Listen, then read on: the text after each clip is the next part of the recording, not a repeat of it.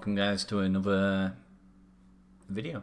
So this video is just about another trophy, platinum trophy that we've earned recently for the game Raid World War 2. So in case you've not heard of Raid World War 2 before, don't worry, no one else has. It's made by the same people that had made the Payday game, so Payday 1 and 2. Basically you play as 4 characters. One of 4 characters based on World War II, and you sort of steal stuff from the Nazis. So the platinum trophy for this game is a bit of a difficult one really to assess, because not a lot of people have got the platinum trophy, not a lot of people went for the trophy. I think it must be on less than 50 people on various trophy websites, so not all information on the game at all. So it was sort of just, we went into it with some knowledge of the game just from what information there is on Steam or on the internet itself, but for the most part we were sort of winging it as much as we can. So you can break the game down into sort of 4 or 5 sections really. The first section that I'll talk about is probably the longest that you'll spend on the game, about 100 hours, is getting all 4 of your characters to level 40. It's a lot longer than we'd thought it would be.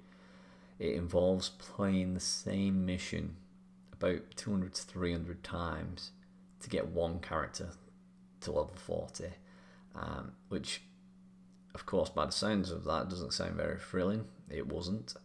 A lot of it was just sort of how quick can we beat this mission, how efficient can we beat this mission, and what can we do to get the most XP in each level, or what can we do as well in this level to progress in other areas as well, so we're not wasting our time. So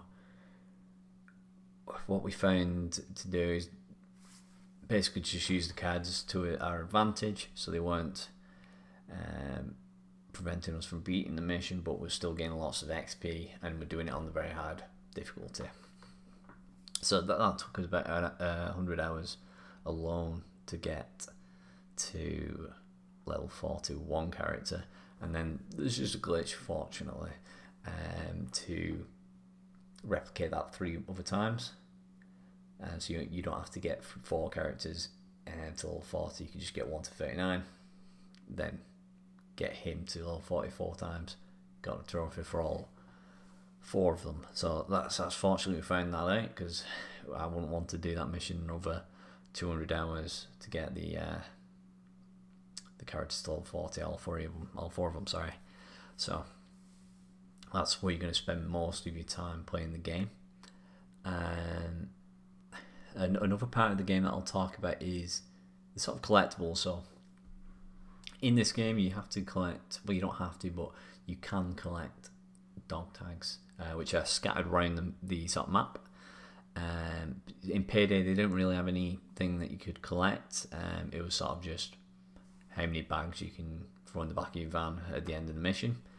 That was sort of the most collecting that you did in Payday. So with the dog tags, a lot of the trophies just involved go around the map until you can see dog tags. I think 4 or 5 levels you have to do this, so 4 or 5 trophies you have to do this for. So it's about 25 to 35 dog tags in each mission. The places are quite random where they're spawning.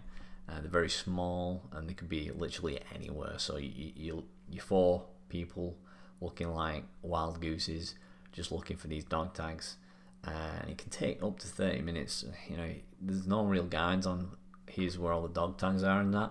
So we're just basically looking for these dog tags, and unfortunately the game also is very prone to crashing. So we've had experiences where we found all the dog tags after a long time. We're running to the exit. We all crash. Game's over. Don't get a trophy because the trophy only pops at the very end when you've escaped, and you end up doing it again. And then the next time you go into it, all the dog tags are somewhere else. So you eventually learn like here's the 80% of where they're going to be, and then you just sort of run around the map, 4 of you, looking for the last 5 or so until you get it. So you'll spend a good amount of time doing that. We sort of got those out of the way at the very start, whilst we were playing on easy, just to learn the game as well. We thought that tackled that, learn the game at the same time. We're killing time with that.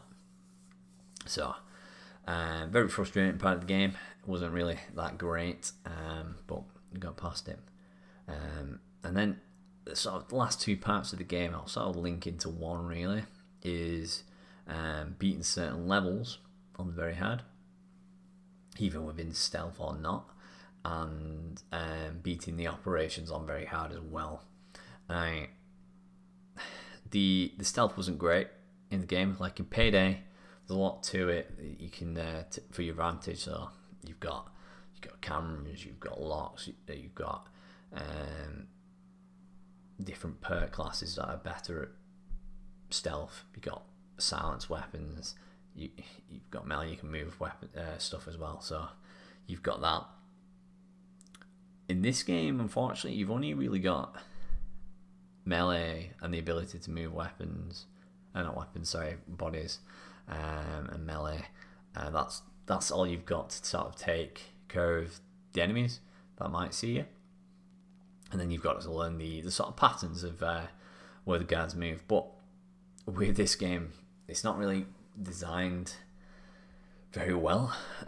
So normally in stealth, you sort of watch a guy do his programmed run. He'll run one place, run another area, and then usually once he's running past you and he's walking to his point B or whatever, that's when it's safe to go and take him out. But in this game, sometimes he'll be looking that way, opposite way to you, walking, and then he'll just start walking backwards, and it'll just see you. So you're not really expecting it because it's not designed very well, and so you've got to take care of that as well. And that was a real pain, and it was sort of, you're pulling your hair out. It's very draining. Very hard missions weren't that too much of a trouble though. It was sort of just learn the mission, find places where you can sit and hide, and bunker down until either you wait for a certain timer for reinforcements to come through or for the escape to come up and you can escape. So the very hard trophies, mission specific trophies, were okay. We managed to brute force our way through those. But the last section of the game is the operations, and I'll talk a little bit about the operations, but basically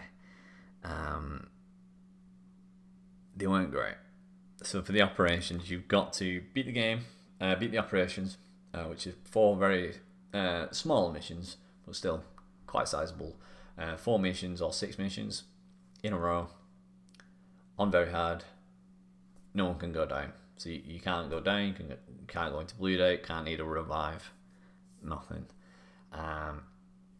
Which is quite difficult. It's quite restraining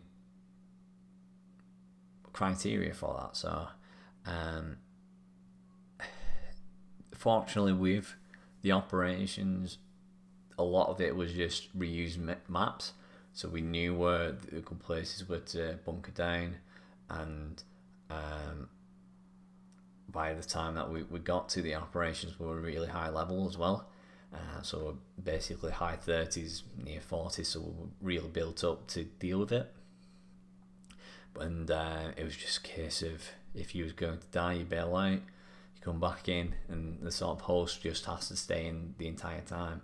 So either he bunkers down or he gets good at the game or something like that, I don't know. No, that's it, sort of thing. Fortunately, you could use tricks to sort of back up your save, once you beat a mission and then come back to it and just keep replaying the same missions until you get it. So that's my thoughts on the game. Would I recommend it to anyone? No. If you like Payday, carry on playing Payday. You're not going to get anywhere with this game, and it's not worth the effort, to be honest. But we've got it down, we've got it into the bag, and we're on to the next one, and that's the main thing. So thanks for the video. Laters.